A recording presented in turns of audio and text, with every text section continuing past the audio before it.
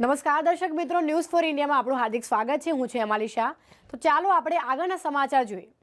સમાચારમાં વાત કરીએ અમરેલીની, તો અમરેલી જિલ્લાના બગસરા તાલુકાના જૂના ઝાંઝરિયા ગામના અનુસૂચિત જાતિના આચાર્ય કાંતિભાઈ ચૌહાણને જાતિવાદી માનસિકતાવાળા સરપંચ મુકેશ બોરીસાગર તથા ઉપસરપંચ વિપુલ કયાડા તથા 3 શિક્ષિકા બહેનોએ મરવા મજબૂર કરતા તારીખ 20/10/2023ના રોજ અવસાન થયેલ છે, જેના પડઘા આખા ગુજરાતમાં અનુસૂચિત જાતિ સમાજના તથા અનુસૂચિત જનજાતિ સમાજના શિક્ષિકાઓમાં પડ્યા હતા।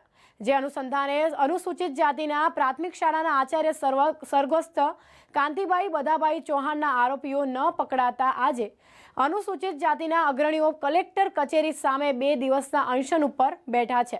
જો 2 દિવસમાં કોઈ ચોક્કસ પગલાં લેવામાં નહીં આવે તો આંદોલન વધુ ઉગ્ર થવાની ચીમકી આપવામાં આવી છે।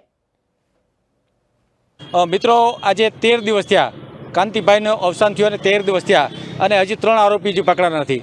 આરોપી કેવડા છે કે ઉપસરપંચ છે, 2 શિક્ષિકા છે, એ કોઈ જંબલના ડાકુ નથી કે ગુંડા નથી કે હિસ્ટ્રી સીટર નથી અને ગુજરાત જેવો પ્રદેશ છે।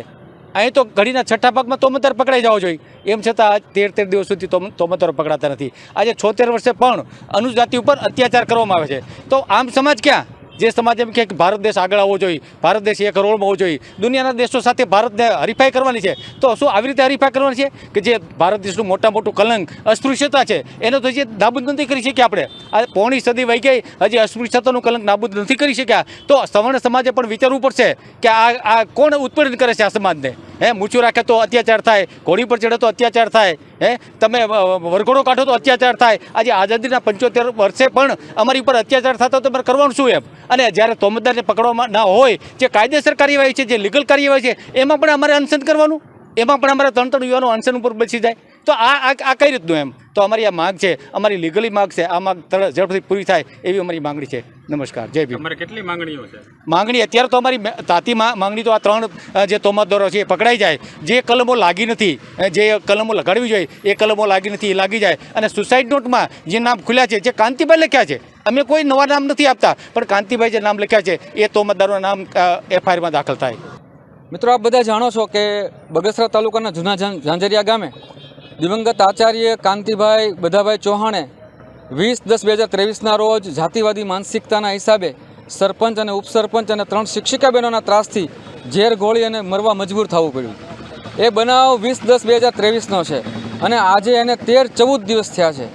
FIR થઈ હોવા છતાં વિપુલ ક્યાડા નામનો આરોપી હજી પકડાણો નથી અને એના માટે સાહેબનો જે પુણ્યાનુમોદન કાર્યક્રમ હતો 26/10/23ના રોજ, એની વચ્ચે સમાજે જાહેરમાં નક્કી કર્યું હતું કે ભાઈ એટ્રોસિટીની ફરિયાદ થઈ છે, એની અંદર અમુક કલમો ઉમેરવામાં આવી નથી। સાહેબની FIR થયા પછી એમાં સુસાઇડ નોટ સાહેબની જે પાછળથી મળી આવી હતી એની અંદર જે નામ ખુલ્યા છે એ પણ હજી એડ થયા નથી। જે સરકાર તરફથી જે સંવેદના બતાવવી જોઈએ અને જે આર્થિક સહાય મળવી જોઈએ એ નથી મળી।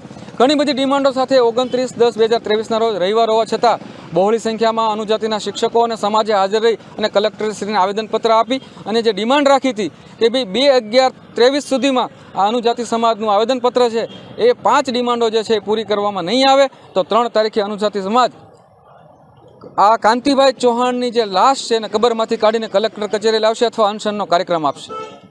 એ આવેદનપત્રના ભાગરૂપે આજે 3/11/23ના રોજ અમે દિવંગત આચાર્ય કાંતિભાઈ ચૌહાણના અર્ધાંગીની રામુબેન અનશન ઉપર ઉતરી રહ્યા છે। એમની સાથે નવચેતનભાઈ પરમાર, વિકીભાઈ ચાવડા અને વસંતભાઈ ચાવડા, આ 4 જણા પણ અનશનમાં ઉતરી રહ્યા છીએ અને આ સરકારને આજે અમે લેખિતમાં જાણ કરી છે કે આજે 3/11/2023 છે, 4/11 અને 5/11 સુધીમાં હજી પણ આવેદનપત્ર મુજબની ડિમાન્ડો પૂરી કરવામાં નહીં આવે તો 5/11 ફરી વખત અમે કાંતિભાઈ ચૌહાણની લાશ કબરમાંથી કાઢીને કલેક્ટર કચેરીએ લાવીશું। એટલે અત્યારે અમારો અનશનનો કાર્યક્રમ ચાલુ છે, અન્નજળનો ત્યાગ કરીને અમે અહીંયા બેઠા છીએ।